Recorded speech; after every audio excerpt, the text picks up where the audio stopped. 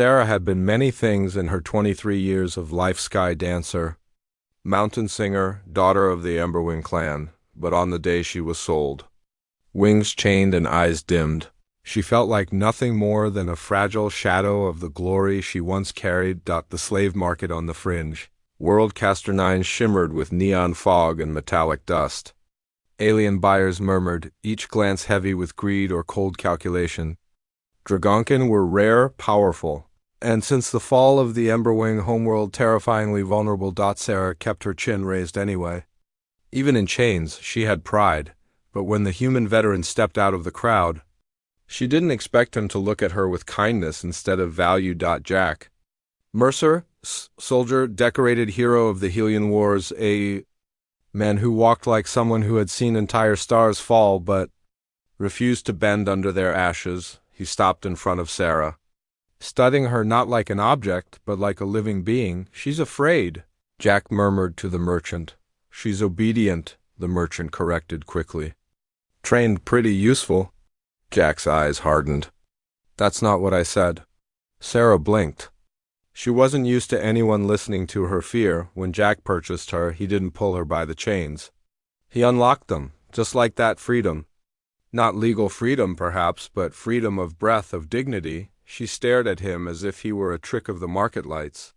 Why remove them?" "Because you're not something to bind," he said simply. "Come on, let's get you a coat." "It's cold out here." No one had ever spoken to her like that. Not since before the war. Jack lived alone on the outskirts of the settlement, in a quiet metal lodge surrounded by giant star pines that glittered silver under Castor 9's twin moons. He cooked real food, not processed nutrient bars. He left the windows open for her wings. He even placed a heater by her bed so her dragonfire heart wouldn't cool at night. He treated her like a person, maybe even more than that, like a treasure. He was entrusted to protect. Sarah didn't understand him at first. Humans were strange, but Jack was different. Gentle hands, steady voice, eyes filled with an old sadness yet a fierce loyalty. On her second night, she asked quietly, "Why did you choose me?" He looked at her with a half smile. "Because you look like someone who deserved better." Her throat tightened. Dragonkin didn't cry easily, but something in her chest ached. Days passed, and Sarah began to change. She helped Jack repair drones on his workbench, learning how human tools hummed with electricity instead of magic. She cooked for him using Emberwing spices she'd thought she would never taste again. And when he returned from town, tired from dealing with bureaucrats and mercenaries, she brewed fire tea for him, warming his hands with hers. His human skin always felt cold to her.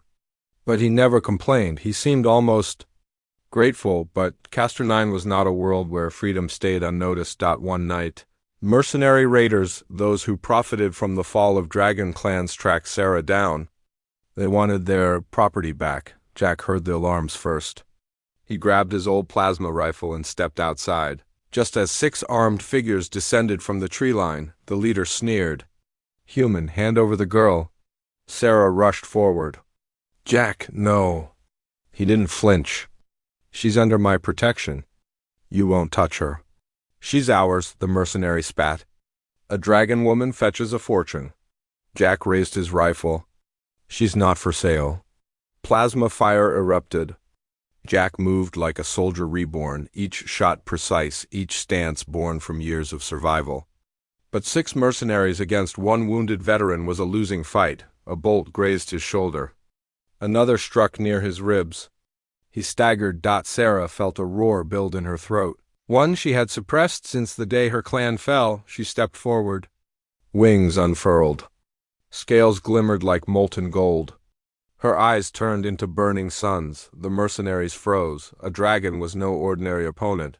With a scream that shook the pines, Sarah unleashed her fire-white hot, pure, ancient. The raiders scattered, panicked. Jack fired beside her, covering her angles with soldiers' discipline. Together, human and dragon, they drove the attackers into the dark forest, where they fled without looking back. When silence returned, Jack dropped to one knee, breathing hard. "Jack!" Sarah caught him, lowering him gently. He winced but smiled anyway. "You're safe." That's what matters. Tears finally trembled in her eyes. Why do you keep protecting me? I am a dragon. You are just human? He finished with a chuckle. We're stubborn. And when we care, we don't run. She touched his cheek with a warm, clawed hand. I am not used to being cared for.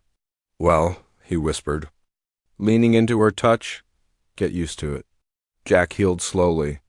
But Sarah stayed by his side, every step brewing medicine, guarding the perimeter, and reading human books aloud to him in her melodic voice. He would watch her sometimes, quietly, as if trying to memorize every moment, when he was finally able to walk outside again. Sarah joined him beneath the twin moons. Jack, she began softly, your world treats me better than mine ever did. You treat me better than anyone did. He stopped, looking at her with a tenderness she had only seen in legends. You're not my servant, Sarah. You never were, she swallowed. Then what am I? He hesitated, then stepped closer. Someone precious? Someone I choose? And someone I'd fight for again. Her heart thumped a dragon's heart, strong and blazing. She spread one wing around him, a gesture dragons reserved for those they claimed as their own. You saved me, she whispered. Not by buying me, but by seeing me. Jack rested his forehead against hers, warmed by her fire. And you saved me, he said softly. I didn't realize how lonely life was. Until it wasn't. Under the silver moons of Castor 9, a human veteran and a dragon woman stood together not as master and servant, not by contract or circumstance, but by choice. By trust. By something deeper than either world could understand, a treasure. After all, wasn't something you kept. It was something you cherished, and they cherished each other.